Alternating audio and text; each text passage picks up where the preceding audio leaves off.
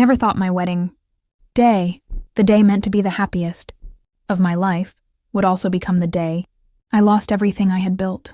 The white dress clung to me like a cage, its lace whispering of promises I was meant to keep, not the ones that were being broken before my eyes. The morning had begun with laughter, with flowers, with the smell of roses drifting through the air. Yet even in that joy, a shadow was waiting for me. My phone buzzed once, then again, and again. A name lit up the screen. A name that made my stomach twist into knots. Him, my boss's son. The man who had haunted my career since the day I stepped into that building. The man who saw my hard work not as dedication, but as a threat. His message was short, sharp, and cruel. "Come to the office, urgent." I told myself it had to be a mistake. No one would call me on my wedding day for something so trivial. But then the calls came, one after another, his name flashing across my screen like a warning I couldn't escape. My bridesmaids urged me to ignore it, to focus on the day, but deep down I already knew. This wasn't a mistake. It was a test, a trap, and I walked straight into it. When I arrived at the office, the building was silent, almost abandoned. Not a single secretary at the front desk, not a single footstep in the corridor. The hum of the overhead lights was the only sound as I stepped inside, my heels echoing against the marble floor. And then I saw him, sitting in my father-in-law's leather chair, spinning it lazily from side to side, grinning as if the world was his stage. Finally," he drawled, standing slowly. His eyes scanned the wedding dress I hadn't even had the chance to change out of, lingering not with admiration but with mockery. Beautiful gown. Shame about the bride. I froze in the doorway, my heart pounding. "What do you want from me?" The words scraped out of my throat. He tilted his head, smirking like a cat with its prey cornered. "Nothing much. Just your job." The air left my lungs. My job wasn't just a title. It was everything I had bled for. Nights spent working while others slept. Sacrifices no one saw. My chance to prove I was more than just a woman marrying. He tossed a folder across the desk and it slid across the polished surface, stopping just inches from my shoes. "Consider it my wedding gift to you." I stared at him, unable to move, unable to even breathe. "You can't do this," I whispered, though the words sounded fragile, powerless. "Oh, I can," he replied, leaning forward, resting his hands on the desk. His voice lowered, carrying a venom that made my skin crawl. "And believe me, this is only the beginning." The folder lay at my feet, mocking me. I bent down slowly, my hands trembling as I picked it up. The papers inside bore my name, my position, and a single signature, his father's. My future had been sealed with a pen stroke, one I hadn't even known had been written. "But why?" I asked, my voice breaking. "Why today? Why like this?" He laughed, a cold, hollow sound that echoed through the empty office. "Because today of all days you're powerless. Today everyone expects you to smile, to celebrate. No one will believe you if you scream. No one will care if you break. That's the beauty of it. You'll stand there at your wedding, pretending everything is perfect, while knowing I've already taken what you love most." My knees threatened to buckle beneath me. My wedding, my career, my life, everything was unraveling. He stepped closer, lowering his voice until his breath was hot against my ear. "And the best part? By the time you realize why I've done this, it'll already be too late." His words burned into my skin, chilling me deeper than the air around us. I wanted to scream, to fight back, but my voice was gone. All I could do was clutch that folder and feel the walls closing in around me. The lights above flickered, a brief hum filling the silence. His smirk never faltered. He stepped back, gesturing toward the door with casual cruelty. "Go on then. Don't keep your groom waiting. After all, you wouldn't want him to see you cry. Yet." I stumbled out of the office, each step heavier than the last. The folder weighed in my hands like a coffin. Every corner of the building felt colder, darker, as though his presence had poisoned it all. Outside, the sunlight was blinding, mocking the storm tearing me apart inside. The car ride back to the wedding venue was a blur. My driver asked if I was all right, but my lips wouldn't move. My mind was replaying his words, that chilling whisper. This is only the beginning. As I neared the venue, the sound of music and laughter drifted through the air, a cruel reminder of the life I was supposed to be stepping into.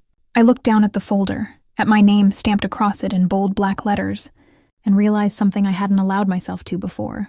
This wasn't just about firing me. It wasn't just about cruelty. He had a plan. And whatever it was It was going to destroy far more than just my career. And standing there, just moments before I was meant to walk down the aisle, I realized the truth. I hadn't just been fired. I had been marked. The music of my wedding echoed faintly through the walls. As I stood frozen outside the venue, the folder still pressed tightly against my chest. The laughter, the clinking of glasses, the distant hum of celebration. It all felt like it belonged to someone else's life. Not mine.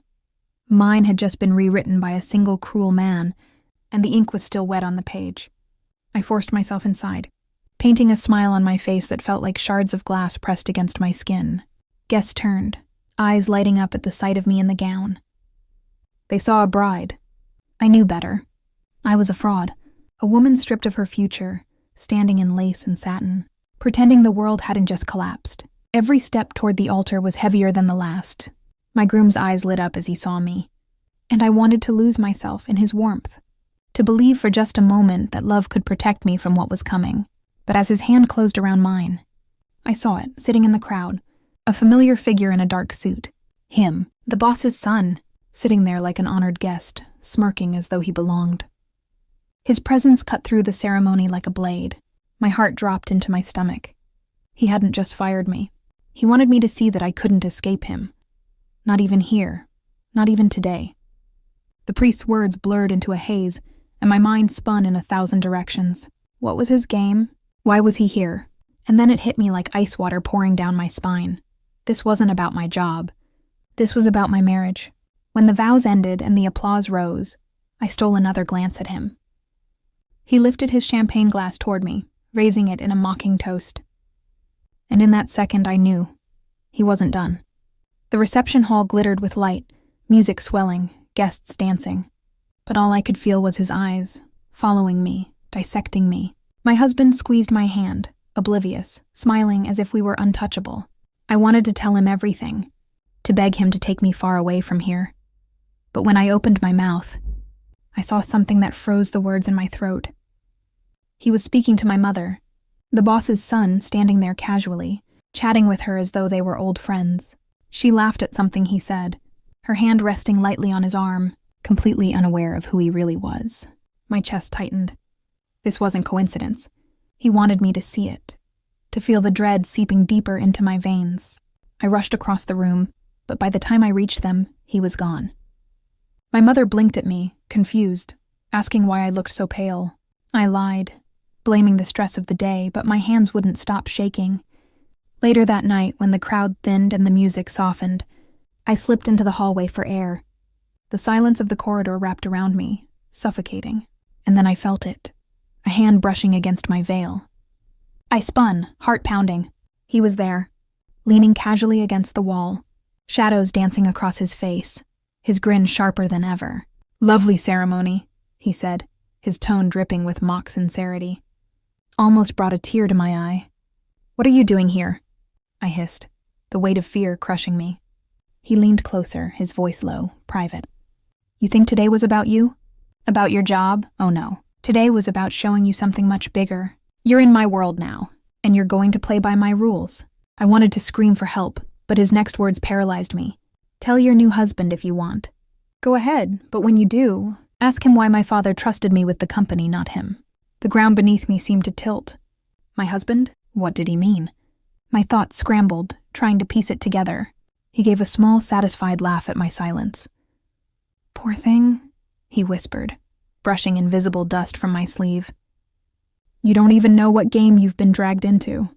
And before I could respond, he slipped back into the crowd, disappearing as though he'd never been there at all. I stood frozen in the hallway, the music swelling again behind me, the taste of dread sharp in my mouth. His words clung to me like chains. My husband, the company, a secret I wasn't supposed to uncover. And that's when it hit me. He hadn't just fired me out of spite. He had opened the first door in a maze I wasn't ready to enter, a maze filled with secrets, betrayals, and truths that could destroy everything I thought I knew. And the worst part? I had already stepped inside. The laughter of the reception faded behind me as I stood frozen in the hallway, his words echoing in my skull like poison. "Ask your husband why my father trusted me with the company, not him." It made no sense. My husband had nothing to do with the company, or so I thought. I stumbled back into the room, forcing myself to smile. though my chest felt tight, my breathing shallow. My husband, my new husband, was surrounded by his friends, laughing, raising his glass. He looked so innocent, so blissfully unaware of the darkness creeping in. But the more I watched, the more cracks I began to see. The way his eyes flickered whenever someone mentioned his father's business, the way his smile dimmed when certain names came up, and the way he avoided looking at me just for a heartbeat too long, as if hiding something behind that polished grin. I felt sick. The room spun with music and chatter, but my mind was somewhere else entirely. If what the boss's son had hinted was true, then my husband wasn't just another victim of his games. He was part of them. I tried to shake it off. I tried to tell myself it was just another one of his tricks, another attempt to sink his claws into me. But when I saw my husband slip out of the reception quietly, phone pressed to his ear, my blood ran cold. Without thinking, I followed. The corridor stretched ahead, silent except for the faint sound of his voice. I pressed myself against the wall, holding my breath, listening. His tone was low, tense, the words sharp. Now, it's handled. She doesn't know yet. Yes, he was there. At the wedding. I told you he wouldn't let it go. My heart hammered against my ribs. She doesn't know yet. Was he talking about me? I leaned closer, desperate to catch more. But the floor creaked beneath my heel. His head snapped around, his eyes narrowing. For a split second I thought he saw me, but then his expression softened, and he ended the call. When he turned back toward the reception, his smile was perfectly in place again, as if nothing had happened. But I had heard enough to know. My husband was hiding something. Something tied to the company, to his father, to him. I forced myself back into the hall before he noticed my absence. Guests laughed and clinked glasses as if the night were untouched by shadows.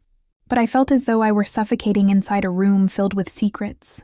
Hours later, after the last guest left and the night grew still, I lay beside him in the hotel suite, the wedding dress draped across a chair.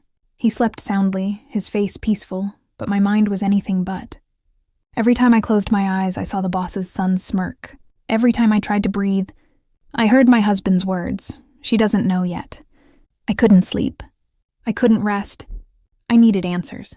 Quietly, I slipped from the bed, careful not to wake him. The folder still sat in my bag, the one he had given me at the office. My hands trembled as I pulled it out again, flipping through the pages by the dim light of the bedside lamp. And that's when I saw it. Not just my termination papers, but records, financial transfers, documents signed not only by his father, but by my husband. My throat closed, my vision blurred. He had been involved all along. He hadn't just married me. He had married into a story already written, one where I was just another pawn to be moved across the board. The sound of shifting sheets made me snap the folder shut. My husband stirred, his eyes opening slightly. "What are you doing up?" he murmured. I forced a smile, sliding the folder back into the bag. "Just couldn't sleep," I whispered. He reached out, pulling me back into the bed, kissing my forehead before drifting off again. His embrace was warm, steady, but to me it felt like a trap, because now I knew. The wedding wasn't the beginning of my new life.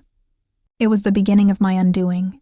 The morning sun streamed through the hotel curtains, warm and golden, but it only made the ice in my chest colder. My husband stirred beside me, still peaceful, his hand draped lazily across my waist. Anyone else would have seen a picture of love, of safety, but I knew better now. His touch didn't feel like comfort. It felt like chains. I slipped from the bed before he could wake, my movements careful, silent. The bag lay on the chair, the folder buried within. My fingers brushed over it again, over the sharp edges of paper that carried my undoing. Those signatures, those transfers, proof of something much bigger than me, bigger than us. I couldn't let him see me doubt, not yet. Downstairs, the hotel lobby buzzed with polite greetings and soft clinks of breakfast dishes.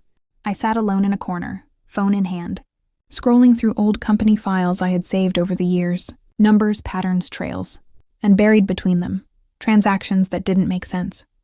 Money vanishing into shell accounts, investments that weren't real. Each time I followed the paper trail, one name appeared again and again. My husband's. I nearly dropped the phone. The evidence wasn't just circumstantial.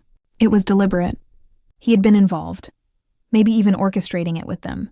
My marriage wasn't just a union, it was camouflage. A shadow fell across my table. I looked up, my stomach plummeting. Him, the The boss's son, dressed in black as always, blending into the chaos like he owned it. He didn't sit, didn't ask permission. He leaned down just close enough for only me to hear. "Enjoying the honeymoon?" My throat went dry. "What do you want?" His smirk widened. "Oh, don't be like that. I only came to see how my favorite bride is adjusting. Besides," he let his gaze linger on my phone, his eyes gleaming with amusement. "Digging already? Impressive. But dangerous." I shoved the phone into my bag, my pulse racing. "Stay away from me." He laughed softly, shaking his head. Still so defiant. "I like that. But you really should ask yourself one question before you go any further." I gritted my teeth. "And what's that?" He leaned closer, his whisper sharp as a knife. "Why do you think he married you?" My breath caught. The way he said it, casual, cruel, like he already knew the answer, made my skin crawl. Before I could respond, my husband appeared, smiling warmly as if nothing in the world was wrong. "Darling, there you are. I was looking for you." His hand slipped around my waist. He glanced briefly at the boss's son, and in that single glance, something unspoken passed between them. A silent conversation, a warning, and then the boss's son was gone, vanishing into the crowd like smoke. I wanted to scream, to demand answers right there in the lobby, but I couldn't. Not with everyone watching. Not with my husband's arm tightening gently around me, guiding me back upstairs. The rest of the day blurred. Smiles, photographs, polite conversations, all of it painted over the cracks of a foundation already crumbling beneath me. But inside, my mind raced, circling the same question over and over. Why did he marry me? That night, when he finally fell asleep again, I crept out of bed, my hands shaking. I needed more than scraps of evidence. I needed the truth. Quietly, I unlocked his phone, praying he hadn't changed the code. Relief and dread crashed together as the screen lit up. Messages, emails, threads buried deep in folders he thought I'd never find. And there it was, their plan. Not just financial fraud, not just corporate betrayal. It was personal. My name was in those files, again and again. Not as a wife, not as an outsider, but as a target. A cold wave of nausea washed over me. My wedding hadn't been a celebration. It had been a transaction, a move on a chessboard I hadn't even realized I was standing on. I snapped the phone shut, my hands trembling so violently I nearly dropped it.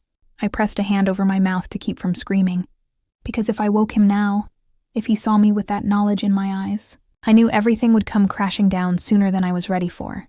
I slipped back under the covers, my body stiff, my eyes wide open in the dark.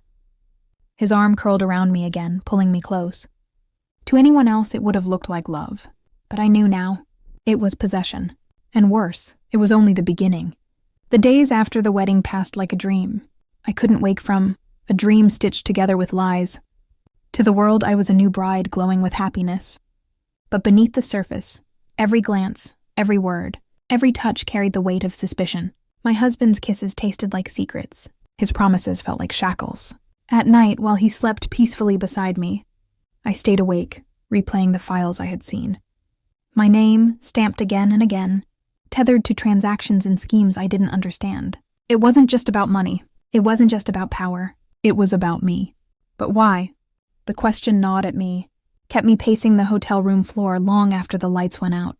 Each morning I wore my mask again, the smile, the laughter, the charade of a bride still lost in love. But inside I was plotting, waiting, watching.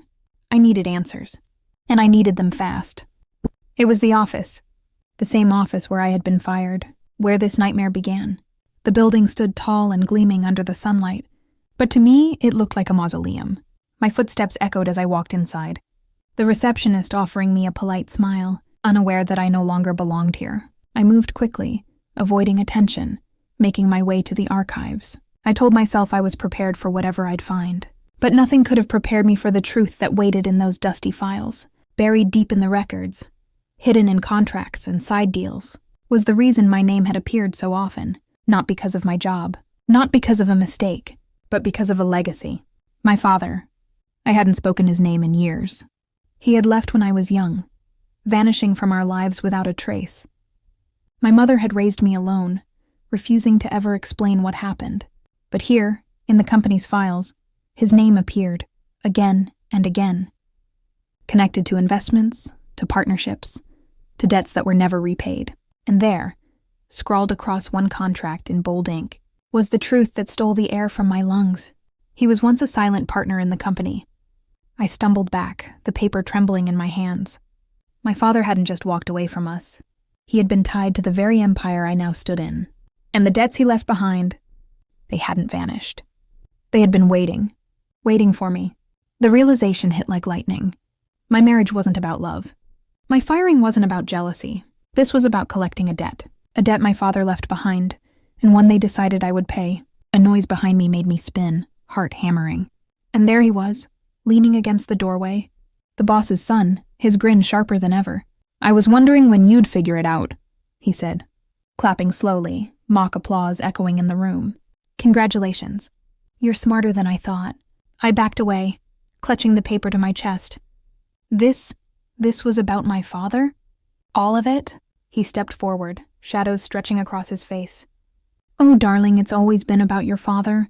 His choices, his debts, his secrets. You were just the loose end we needed tied up neatly." My stomach twisted. "And my husband?" His smirk deepened. "Why do you think he married you so quickly? Do you really believe in fairy tales? Love at first sight?" No. He married you because it kept everything in the family. It kept control where it belonged. And it made sure you could never walk away. The walls seemed to close in around me. My marriage wasn't fate. It was strategy. My love story was nothing more than a transaction. "You're lying," I whispered, though even I didn't believe the words. He stepped closer, so close I could feel his breath on my skin. "Am I? Then why do you think he hasn't told you? Why do you think he looks at you like you're porcelain? Like one wrong move will shatter everything? He's hiding the truth, and you're too afraid to admit it." I wanted to scream, to deny it, but the paper in my hands was proof enough. My father's name, the debts, the deals, the marriage that wasn't mine but theirs. The boss's son leaned back, satisfied with the silence he had carved out of me. "Welcome to the game, bride. You're not a player. You're the prize. And trust me, everyone's willing to fight for you." He turned, his footsteps fading into the corridor, leaving me clutching the evidence, trembling from head to toe. My life wasn't just collapsing. It had never been mine with. And as the door slammed shut behind him, I realized something worse than the lies, worse than the betrayal, worse than the debt. If I was the prize, then someone was going to lose. I stumbled out of the archives, the papers clutched against my chest like a shield. My legs felt I had just uncovered. My father, the debts, my husband's lies. The boss's son's cruel smirk still echoed in my mind. The lobby light seemed too bright as I pushed through the glass doors, stepping into the daylight. But my world was anything but. I wasn't a bride. I wasn't an employee. I was collateral, a name bound to chains I had never agreed to wear. As the cab carried me back to the hotel, my reflection in the window stared back, pale and hollow. The veil of innocence had been stripped away. I couldn't tell my husband what I knew, not yet. Not when I wasn't sure which part of him was real, and which was part of the game. That night, while he spoke cheerfully about our future, I played the role of a dutiful wife, nodding, smiling, hiding the storm raging inside. I needed allies, proof, a way out. When he finally fell asleep, I slipped from the bed again, my heart hammering as I searched through his briefcase. Tucked between contracts and invoices, I found a key card. It wasn't for our hotel. The logo embossed on the plastic was from one of the company's private offices downtown. My pulse quickened. It was risky, reckless. But if I wanted answers, this was my only chance. The next morning, while he attended yet another meeting, I told him I'd be shopping.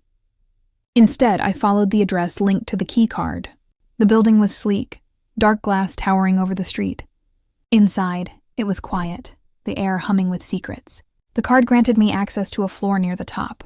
I stepped into a hallway lined with closed doors, the carpet muffling my footsteps. My hand trembled as I slid the card into the lock of the office at the end. The door clicked open. The room was pristine, sterile, but on the desk lay folders, dozens of them, stacked neatly in rows. My fingers shook as I pulled one open. Inside were contracts, investments, offshore accounts. But what froze me wasn't the money. It was the names. Names of people I knew. Employees, clients, even friends of my family. Each one tied into the web. Their debts and secrets recorded meticulously. And my name, bold and underlined, sat at the top of one thick folder. My breath caught. They had been tracking me for years. My career, my movements, even my relationship before the wedding, it was all documented. Every step I thought was mine had been carefully guided, like a puppet on invisible strings. A sound behind me made me whip around. The door was ajar. He was standing there, the boss's son, his grin spreading like a shadow across the room. "I told you digging was dangerous," he said softly, stepping inside and shutting the door behind him. I backed away, clutching the folder to my chest. "Why are you doing this to me?" My voice cracked, desperation seeping through. His eyes darkened, his smirk fading into something colder, sharper. "Because your father thought he could walk away. He left debts, promises, obligations, and when he disappeared, someone had to pay the price. You, his daughter, his legacy." Tears burned my eyes, but anger flared through me too. "So you destroy my life? Trap me in a marriage? For what? Revenge?" Revenge. This is business. Control. Power. Hold her tighter. "No, I won't play your game." For a moment his expression flickered.